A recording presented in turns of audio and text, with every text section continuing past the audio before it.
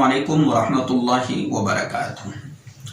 अगर किसी शख्स की फजर की सुन्नत छूट जाए तो उस सुन्नत की क़ज़ा कब तक कर सकता है, यानी किस वक़्त तक उस छूटी हुई सुन्नत की क़ज़ा की जा सकती है। तो इस मसले को समझने से पहले मैं आपसे दरख्वास्त ज़रूर करूँगा कि अगर आप हमारे यूट्यूब चैनल पर नए हैं तो आप सब्सक्राइब ज़रूर कर लें ताकि हर नया आने वाला मसला आप तक पहुँच जाए। तो फजर की सुन्नत अगर किसी शख्स की छूट जाए तो उसको कब पढ़ी जा सकती है, उस सुन्नत की क़ज़ा कब तक की जा सकती है। और इस ताल्लुक़ से जितने भी सवालात हमारे ज़हन में होते हैं उनको भी ज़रा समाअत फरमा लें, उनको भी ज़रा सुन लें। नंबर 1, अगर किसी शख्स की फजर की नमाज की सुन्नत छूट जाए तो क्या करे, यानी कब उसकी क़ज़ा करे। नंबर 1। नंबर 2, अगर किसी शख्स की फजर की नमाज ही छूट जाए, यानी क़ज़ा हो जाए, वक़्त निकल जाए, वक़्त ख़त्म हो जाए, तो इन दोनों सूरतों में जब अगर वो फजर की फ़र्ज़ नमाज अगर उसकी क़ज़ा कर रहा है तो उसके साथ सुन्नत की क़ज़ा करेगा या नहीं, तो इसको समझना है। तो सबसे पहला वाला सवाल हमारा जो था कि अगर किसी शख्स की फजर की सुन्नत छूट जाए तो उसको कब तक पढ़ सकता है। तो अगर किसी शख्स की फजर की सुन्नत छूट जाए, यानी कि वो मस्जिद में आया और इमाम साहब क़िरात कर रहे थे, एक रकात निकल चुकी या दूसरी रकात भी ख़त्म हो चुकी है और इसने अपनी सुन्नत छोड़ दी और जमात में शरीक हो गया, तो अब इसकी क़ज़ा इसको इशराक के बाद करना चाहे तो इसके लिए इस सुन्नत की क़ज़ा करना जायज़ है।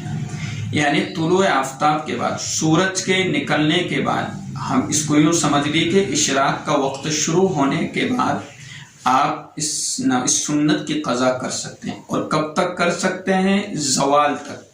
और ज़वाल का वक्त क्या होता है, किसको कहते हैं ज़वाल का वक्त? कि जब सूरज बिल्कुल दरमियान में हो, बिल्कुल बीचों बीच हो, उसको ज़वाल का वक्त कहते हैं।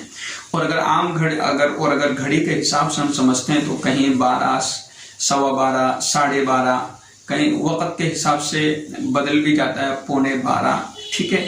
तो ये 15, 20, 25 मिनट का जो है एक टाइम होता है, 15 मिनट, 20 मिनट, 10 मिनट का टाइम होता है। तो इस ज़वाल से पहले तक ये अपनी इस सुन्नत की क़ज़ा करना चाहे तो कर सकता है, जायज़ है।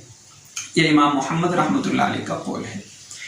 नंबर 2, अगर किसी शख्स की फजर की नमाज ही क़ज़ा हो जाए तो अभी जब अपनी नमाज की क़ज़ा करेगा तो इस सुन्नत की क़ज़ा करना भी इसको ज़रूरी है या नहीं, तो इसको भी समझ लें कि अगर इशराक से लेकर के और ज़वाल से पहले तक अगर ये अपनी फजर की नमाज क़ज़ा कर रहा है तो उसके साथ उसको सुन्नत की भी क़ज़ा करना ज़रूरी है। पहले 2 रकात सुन्नत पढ़ेगा और फिर उसके बाद 2 रकात अपनी फ़र्ज़ नमाज की क़ज़ा करेगा।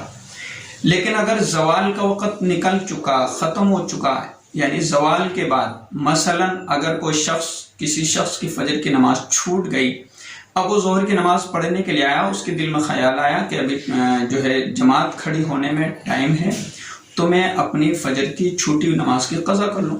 तो अब अगर ज़ोहर में ये अपनी छूटी हुई नमाज की क़ज़ा कर रहा है, जो फजर की छूट गई थी उसकी नमाज, तो इसमें अब सुन्नत नहीं पढ़ना है, सिर्फ़ और सिर्फ फ़र्ज़ नमाज ही की क़ज़ा करना है। तो दोनों मसले आपको समझ में आ चुके होंगे। पहली सूरत में यानी सिर्फ सुन्नत छूट जाए तो इशराक से लेकर और ज़वाल के वक़्त तक उसको पढ़ सकता है, पढ़ना जायज़ है, क़ज़ा कर सकता है। दूसरी, उसके बाद फजर की सुन्नत की क़ज़ा नहीं करना है। नंबर 2, अगर किसी की फजर की नमाज ही छूट गई तो अब इशराक से लेकर और ज़वाल के वक़्त तक अगर इस नमाज की क़ज़ा कर रहा है, फजर की नमाज की क़ज़ा, तो अब इसमें सुन्नत और फ़र्ज़ दोनों को पढ़ना है। और अगर ज़वाल के वक़्त के ख़त्म होने के बाद अगर अपनी फजर की फ़र्ज़ नमाज की क़ज़ा कर रहा है तो अब इसमें सुन्नत की क़ज़ा नहीं करेगा। अस्सलामु अलैकुम वरहमतुल्लाहि वबरकातुह।